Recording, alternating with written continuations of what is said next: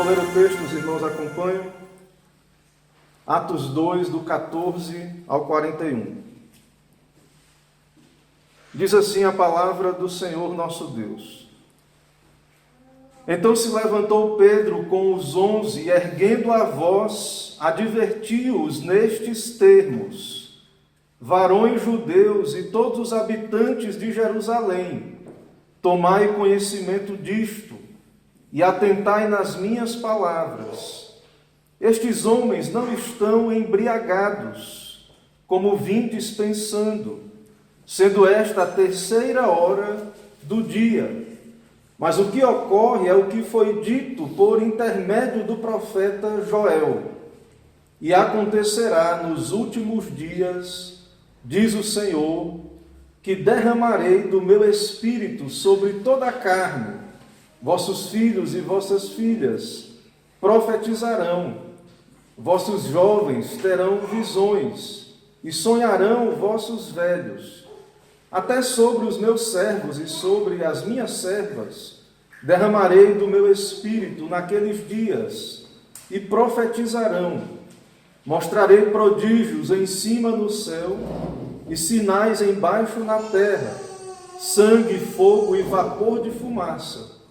O sol se converterá em trevas e a lua em sangue, antes que venha o grande e glorioso dia do Senhor.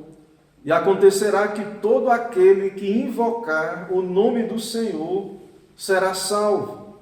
Varões israelitas, atendei a estas palavras. Jesus, o Nazareno, varão aprovado por Deus diante de vós, com milagres, prodígios e sinais, os quais o próprio Deus realizou por intermédio dele entre vós, como vós mesmos sabeis, sendo este entregue pelo determinado desígnio e presciência de Deus, vós o matastes, crucificando-o por mãos de iníquos, ao qual, porém, Deus ressuscitou, rompendo os grilhões da morte, porquanto não era possível fosse ele retido por ela. Porque a respeito dele diz Davi: diante de mim via sempre o Senhor, porque está à minha direita, para que eu não seja abalado. Por isso se alegrou o meu coração, e a minha língua exultou. Além disto, também a minha própria carne repousará em esperança, porque não deixará a minha alma na morte, nem permitirás que o teu santo veja corrupção. Fizeste-me conhecer os caminhos da vida, encher-me-ás de alegria na tua presença. Irmãos, seja-me permitido dizer-vos claramente a respeito do patriarca Davi, que ele morreu e foi sepultado, e o seu túmulo permanece entre nós até hoje. Sendo, pois, profeta, e sabendo que Deus lhe havia jurado que um dos seus descendentes se assentaria no seu trono, prevendo isto, referiu-se à ressurreição de Cristo, que nem foi deixado na morte, nem o seu corpo experimentou corrupção. A este Jesus, Deus ressuscitou, do que todos nós somos testemunhas. Exaltado, pois, à destra de Deus, tendo recebido do Pai a promessa do Espírito Santo, derramou isto que vedes e ouvis. Porque Davi não subiu aos céus, mas ele mesmo declara: disse o Senhor ao meu Senhor: assenta-te à minha direita, até que eu ponha os teus inimigos por estrado dos teus pés. Esteja absolutamente certa, pois, toda a casa de Israel, de que a este Jesus que vós crucificastes, Deus o fez Senhor e Cristo. Ouvindo eles estas coisas, compungiu-se-lhes o coração, e perguntaram a Pedro e aos demais apóstolos: que faremos, irmãos? Respondeu-lhes Pedro: arrependei-vos e cada um de vós seja batizado em nome de Jesus Cristo, para a remissão dos vossos pecados, e recebereis o dom do Espírito Santo, pois para vós outros é a promessa, para vossos filhos e para todos que ainda estão longe, isto é, para quantos o Senhor nosso Deus chamar. Com muitas outras palavras deu testemunho e exortava-os, dizendo: salvai-vos desta geração perversa. Então os que lhe aceitaram a palavra foram batizados, havendo um acréscimo naquele dia de quase 3.000 pessoas. Amém. Vamos orar, irmãos. Senhor nosso Deus, Pai bendito, Deus eterno, Deus de glória, majestade e poder, te louvamos nesse momento de adoração pública diante da Tua palavra lida, do Teu Evangelho. Ó Deus, pedimos a Tua assistência do Teu Espírito, ilumina a nossa mente e coração, aplica as Tuas palavras a cada um de nós, também que o nome do Teu Filho seja exaltado, especialmente também nos dá a discernir a Tua vontade, que aqueles também que ainda não creram no Senhor, que o Senhor mesmo agrade em levá-los, conduzi-los a Cristo, Teu Filho. É isso que pedimos, oramos em nome de Jesus. Amém. Amém. Meus irmãos, nós estamos caminhando nesse livro de Atos dos Apóstolos e então chegamos a essa sessão do capítulo 2, de 14 a 41, onde temos no nosso texto a pregação de Pedro. Esse primeiro sermão, após a ressurreição de Cristo, após também o que vimos no sermão anterior, no dia de Pentecostes, nós temos então este sermão proferido pelo apóstolo Pedro.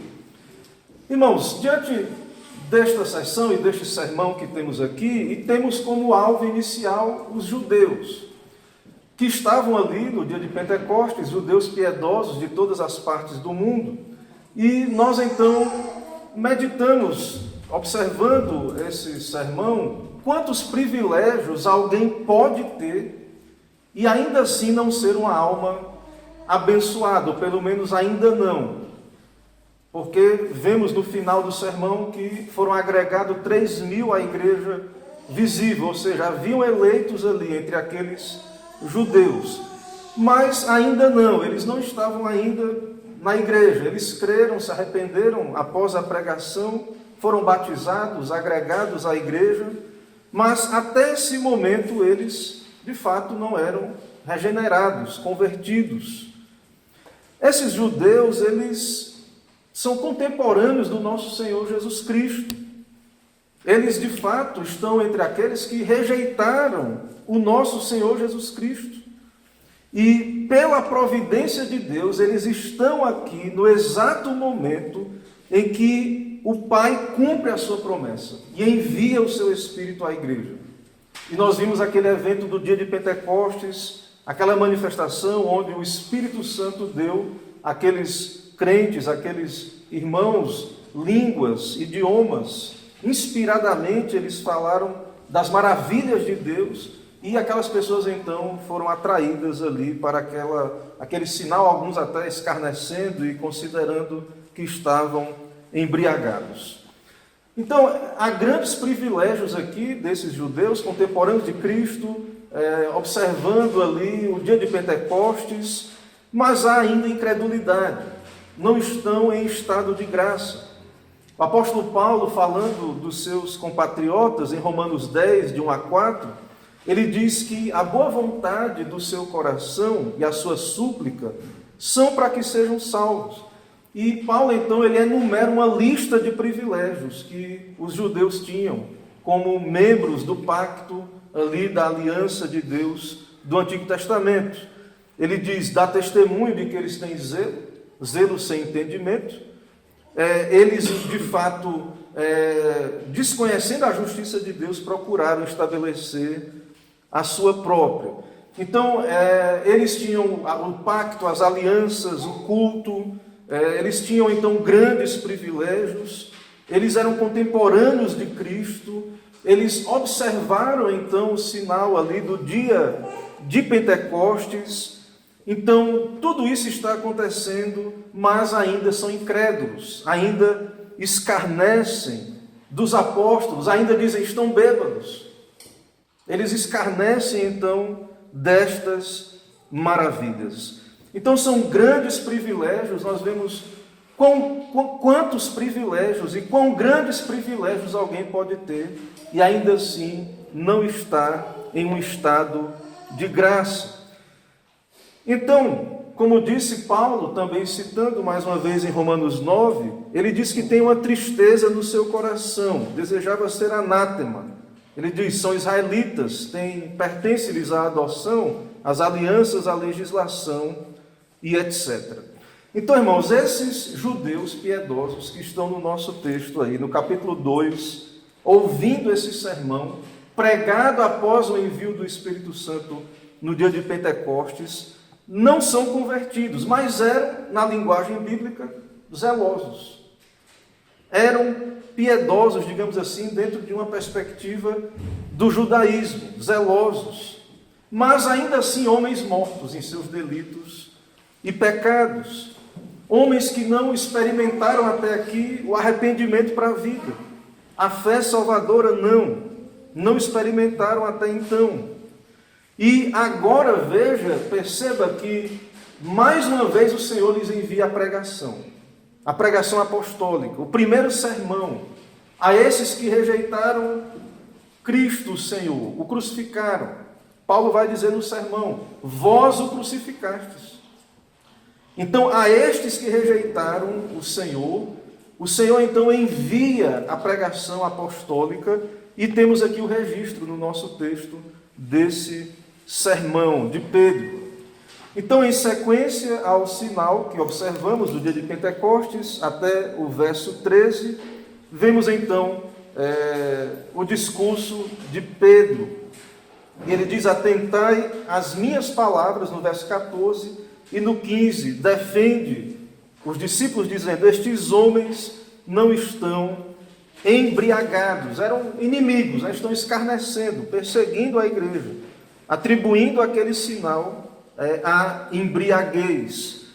E percebam, irmãos, que esse Pedro que está pregando, nós vamos ver aqui, expondo as Escrituras, apontando para os profetas do Antigo Testamento, esse Pedro é aquele que havia negado a Cristo. Ele havia negado ao Senhor. E agora, cumprindo a promessa, tendo sido cumprida a promessa do Pai, recebido o Espírito Santo, ele se levanta e prega com ousadia. Ele diz: não, eles não estão bêbados. São homens cheios do Espírito. O próprio Pedro, então, cheio do Espírito Santo, prega a palavra.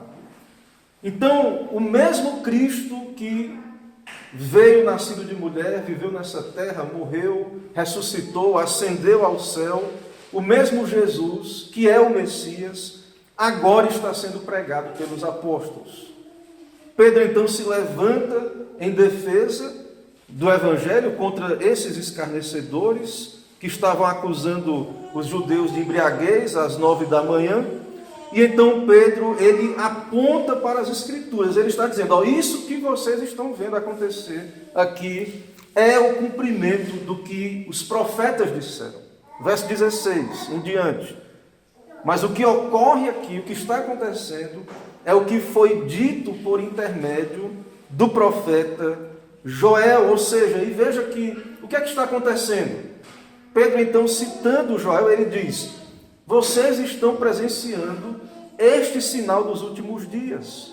Joel, o Senhor falou por meio de Joel, e o Senhor disse: acontecerá que nos últimos dias derramarei o meu Espírito sobre toda a carne. Então, dia de Pentecostes, esse período apostólico da nova aliança, tudo isso é o cumprimento dessa profecia de Joel, onde agora, mais uma vez, o Senhor, usando os seus apóstolos e profetas e dando o seu Espírito à sua igreja, então, capacitou o seu povo, então, aí, a esses sinais e profecias que eram comuns ali no período apostólico.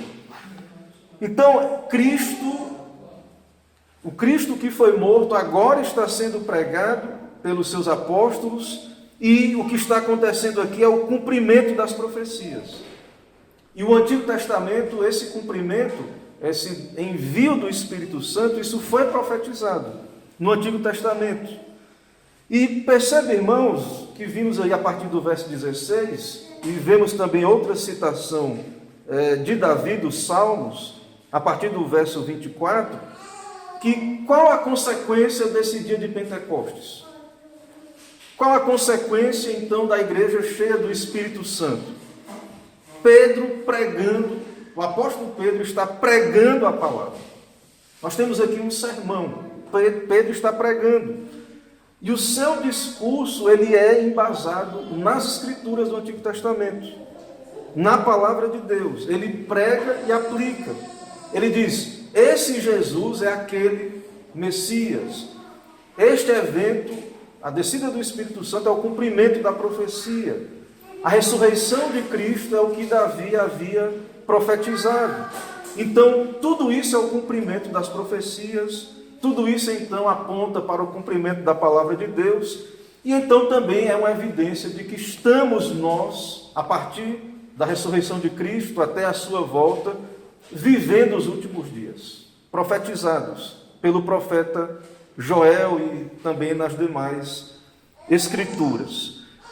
Então, o derramamento do Espírito Santo nesses últimos dias, nesse período da igreja, segundo Joel, segundo o próprio Pedro, explica esses eventos de Atos dos Apóstolos, seria algo maior, mais extenso.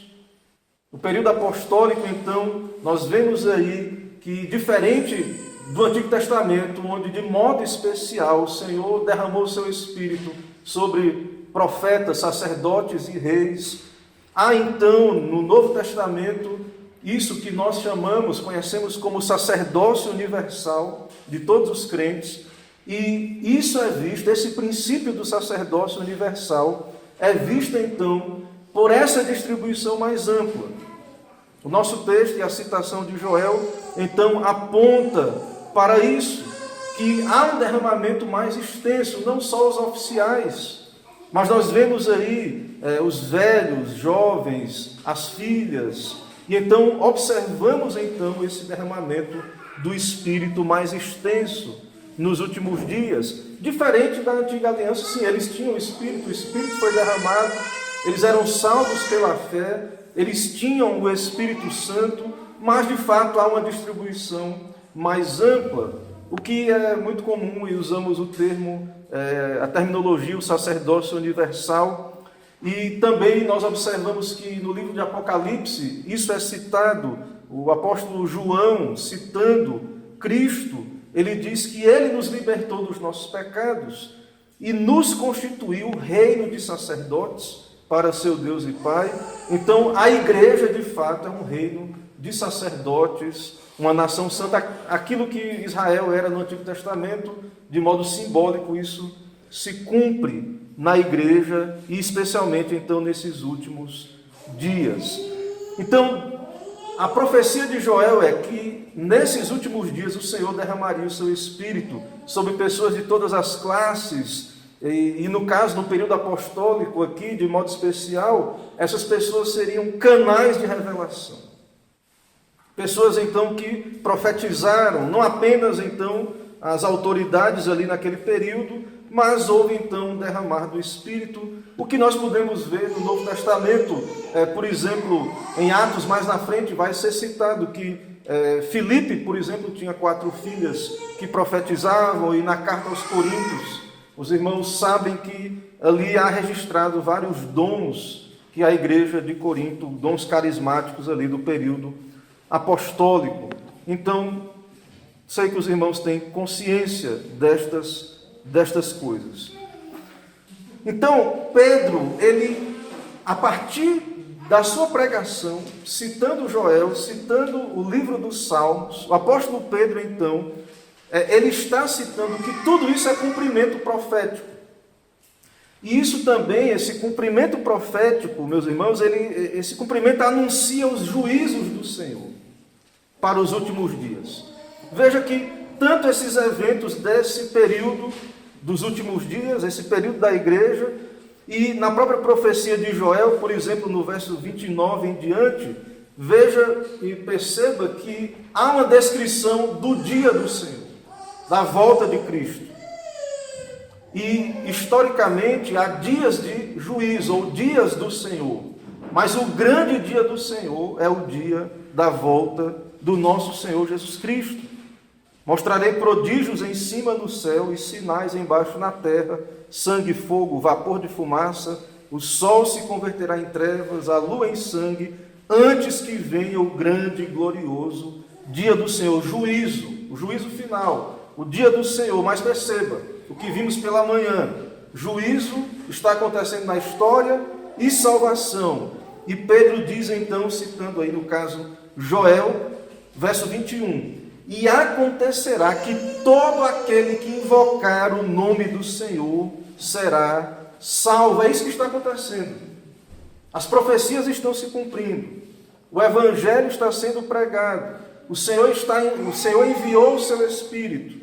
E acontecerá a volta de Cristo, juízos temporais, como a queda de Jerusalém no ano 70, que foi um dia do Senhor para os judeus ali.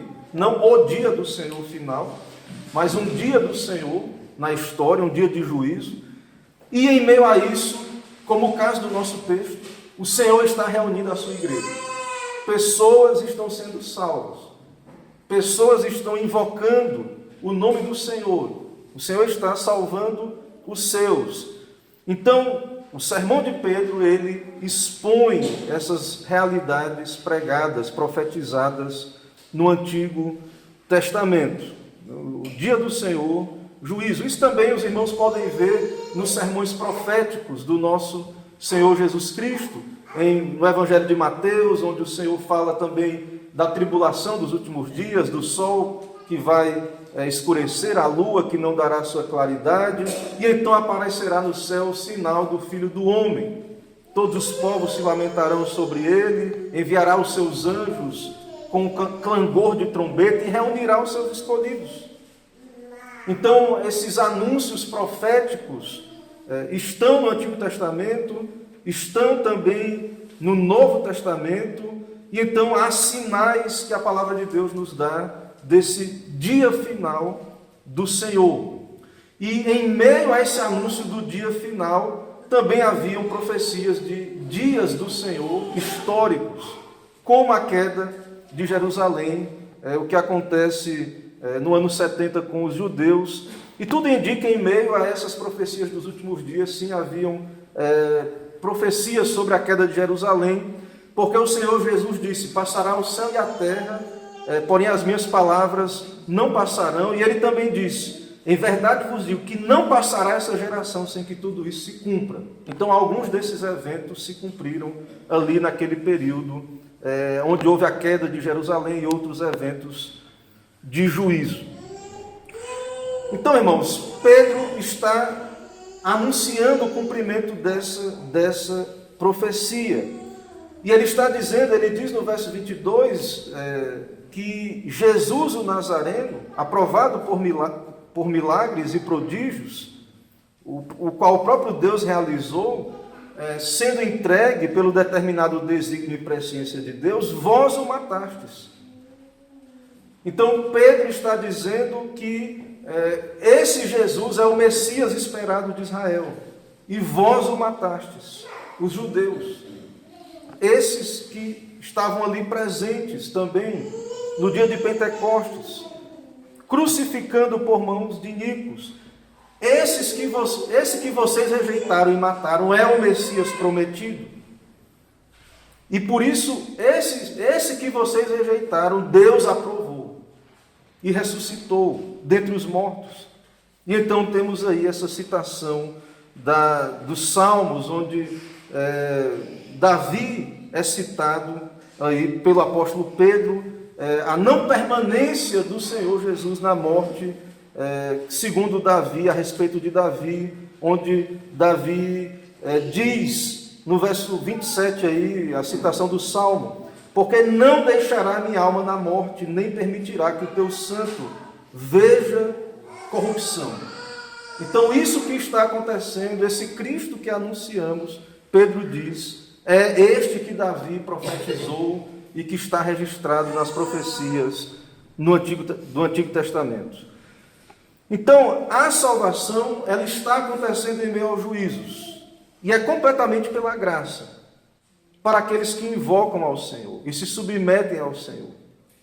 A morte de Cristo na cruz é o cumprimento dessas profecias.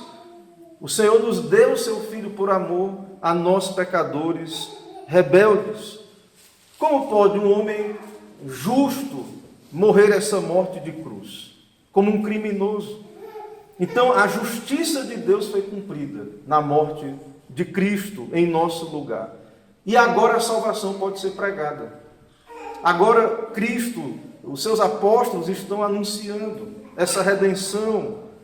Os judeus mataram a Cristo, foram cúmplices da sua morte. Tem esse pecado sobre suas mãos e precisam se arrepender, se sujeitar a Deus. Então Pedro, ele claramente diz: vós o matastes. Esse que Davi profetizou, que venceu a morte, não poderia permanecer lá. Veja que ele diz, verso 32, a esse Jesus Deus ressuscitou, do que todos nós somos testemunhas. Então, a pregação do Evangelho está acontecendo. Deus aprova Cristo a quem esses judeus reprovaram. E esse Cristo reina. Davi não ressuscitou, mas ele ressuscitou, então Davi falava de Cristo. Esse salmo, então, ele é messiânico, ele aponta para Jesus Cristo. Irmãos, diante dessa pregação, a partir do verso 37 ao 41, nós temos a resposta daquela audiência. O Espírito Santo quebrantou-lhes o coração, e eles então perguntam o que faremos, e Pedro diz que eles deveriam se arrepender e ser batizados e unirem-se à igreja, pois para eles é a promessa, então a salvação é pactual, e então para vós outros é a promessa e também para vossos filhos e os que ainda estão longe. E temos aí várias exortações e a notícia de que, de fato, naquele dia, quase 3.000 pessoas, então, foram acrescentadas à igreja. Irmãos, vamos observar ainda algumas aplicações diante desse texto. Lembrando que estamos diante do contexto do dia de Pentecostes. A descida do Espírito Santo, o cumprimento da promessa do Pai. Observe que o principal resultado do dom do Espírito do dia de Pentecostes foi a pregação de Cristo. A igreja cheia do Espírito pregou Cristo a partir das Escrituras, como demonstramos no decorrer do texto. Então, a igreja cheia do Espírito, o cumprimento da promessa do Pai, do enchimento do Espírito, tornou esses crentes, então no caso especialmente os apóstolos, aqueles que anunciaram Cristo. Sermões sobre Cristo foram pregados, ou seja, esse Jesus é o Messias prometido. A pregação com a bênção de Deus pela obra do Espírito Santo operou quebrantamento naqueles corações. Perceba que esses que ouviram o sermão, esses judeus, eles se submetem à palavra, a Cristo, e eles assumem sua responsabilidade. Eles dizem: que faremos, irmãos? Eles perguntam o que devemos fazer, ou seja, qual a orientação. Não é assim, então nós fizemos isso, nós vamos fazer isso aqui para reparar. Nós vamos dar um jeito nas coisas. Não. Eles se submetem à palavra, eles se submetem a quebrantamento, eles perguntam, interpelam, perguntam aos apóstolos: o que faremos, irmãos? Então, o arrependimento conduziu-os a essa atitude de humildade. Arrependimento unido a um quebrantamento por obra do Espírito também unem os homens, claro, a Cristo e à igreja, pelo batismo. Então, a consequência aqui, a pregação apostólica, homens quebrantados, arrependidos dos seus pecados, creram em Cristo, receberiam então o dom do Espírito Santo, as graças de Deus para a sua conversão, e seriam batizados. É o que vemos aí no nosso texto, no verso 38. depois de perguntarem no 37, que faremos, irmãos? Pedro diz, arrependei-vos e cada um de vós seja batizado em nome do Senhor Jesus Cristo, para a remissão dos vossos pecados. Aí veja, e recebereis o dom do Espírito Santo. Então, o arrependimento, a fé, o batismo, a união à igreja, também conectado nesse pacote, o Espírito Santo também, o dom do Espírito Santo é prometido. Veja que o perdão, ele não é prometido por obras, ou à medida que eles fossem melhorando, mas é dito, arrependei-vos. E também não é dito assim, sobre a questão do Espírito Santo, que eles esperassem um novo Pentecostes. Mas é dito, arrependei-vos e cada um seja batizado, e recebereis o dom do Espírito Santo. Conectado a essa conversão, a esse arrependimento e fé. Então, arrependimento, perdão, o Espírito Santo são bênçãos prometidas em conjunto. Tudo isso é prometido a estes que estão ouvindo a pregação, que é meio de graça. Então, essas coisas são dadas em conjunto. Então, não temos como entender o perdão sem o arrependimento. E um arrependimento verdadeiro, onde não há uma ação do Espírito, ou um recebimento do Espírito Santo. Então, todas essas bênçãos, então, são prometidas por meio da pregação do Evangelho, do pacto, desse chamado ao arrependimento. Então, é isso que vemos em nosso texto. Também, irmãos, perceba no texto que o dom ele é prometido de modo pactual. Há um chamado do Evangelho aqui, pela pregação. Os pecadores estão sendo chamados. Mas há, então, um elemento pactual. A conversão, então, une essas pessoas à igreja. Elas são, então, ao serem convertidas, ao receberem essa graça do arrependimento da fé, elas devem, então, ser batizadas, devem se unir à igreja. E também, veja no verso 39, que a promessa é para os vossos filhos e para todos que ainda estão longe. Isto é, para quantos o Senhor nosso Deus chamar. Então há um elemento pactual. Os filhos são beneficiários desse pacto, eles também são alcançados por meio da pregação, também então são alvos desse evangelho e chamados igualmente ao arrependimento e à fé. Então a promessa e o chamado de Deus é uma dádiva para eles e seus filhos, para todos eficazmente chamados, para todos que atenderem esse chamado com arrependimento e fé. Então Pedro, ele não diz no nosso texto que esses que estão ouvindo a pregação se arrependam e creiam e esperem o Espírito Santo em outro momento. Não, Pedro não diz isso. Mas Pedro, então, ele diz que essas coisas estão juntas, conectadas. Eles não precisam esperar um novo Pentecostes, não é dito isso para eles, não há uma ordem para que eles esperem um novo Pentecostes. Então, nós cremos que os salvos, os crentes, eles recebem o Espírito Santo na sua conversão, no momento da sua conversão.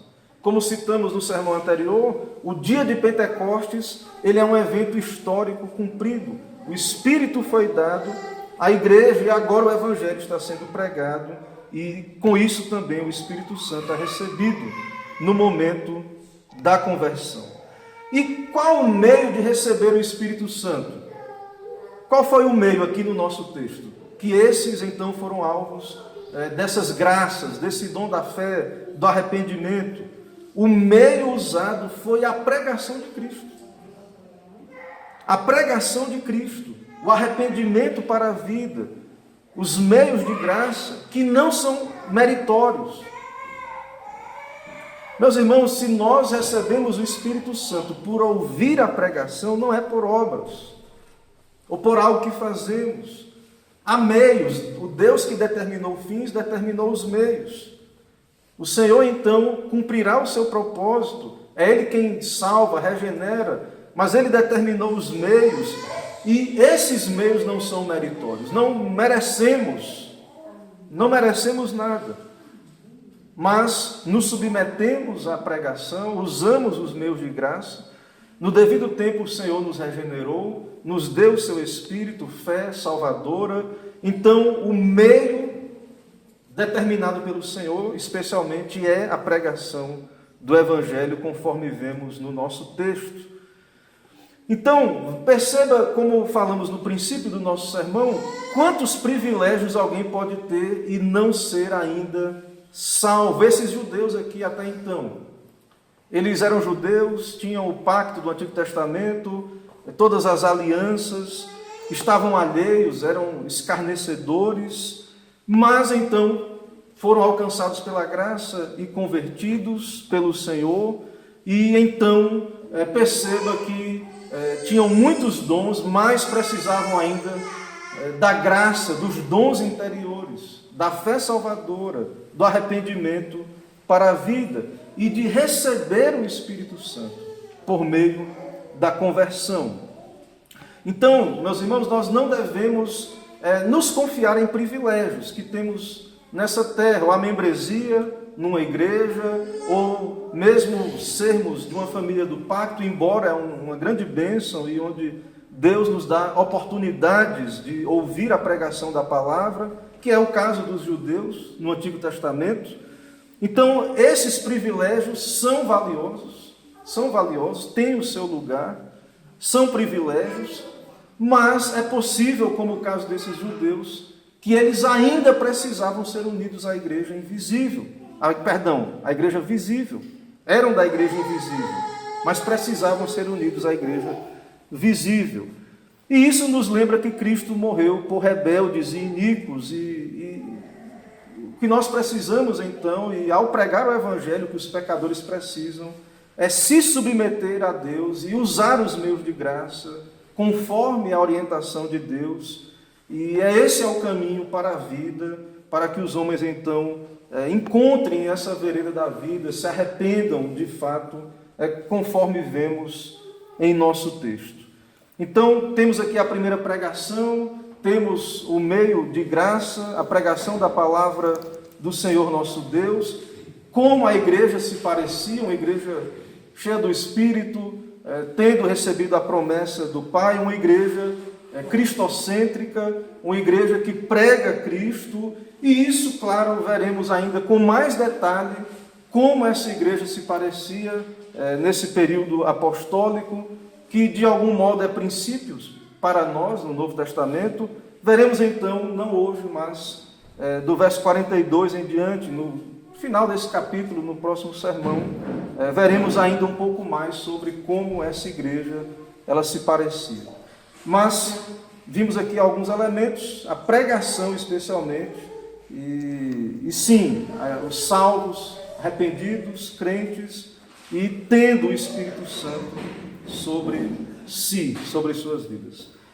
Irmãos, que o Senhor nos abençoe, que Ele aplique a sua palavra aos nossos corações. Vamos nesse momento orar mais uma vez. Vamos nesse momento em que vamos orar, vamos ficar em pé para essa oração.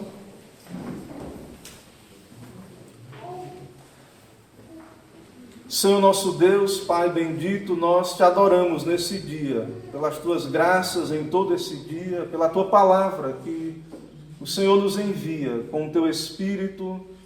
Te agradecemos, ó Deus, por estar durante todo o dia na tua presença, pela manhã, agora à tarde, no começo da noite deste dia do Senhor, nesse primeiro dia da semana, ó Pai, abençoa o teu povo, que o teu Espírito, ó Deus, santifique os nossos corações, nos prepare para essa semana de atividades, guarda, protege o teu povo, abençoa as famílias, dá-nos a tua bênção, ó Deus, do alto, e nos ajuda a te buscar a cada dia, no particular, em família.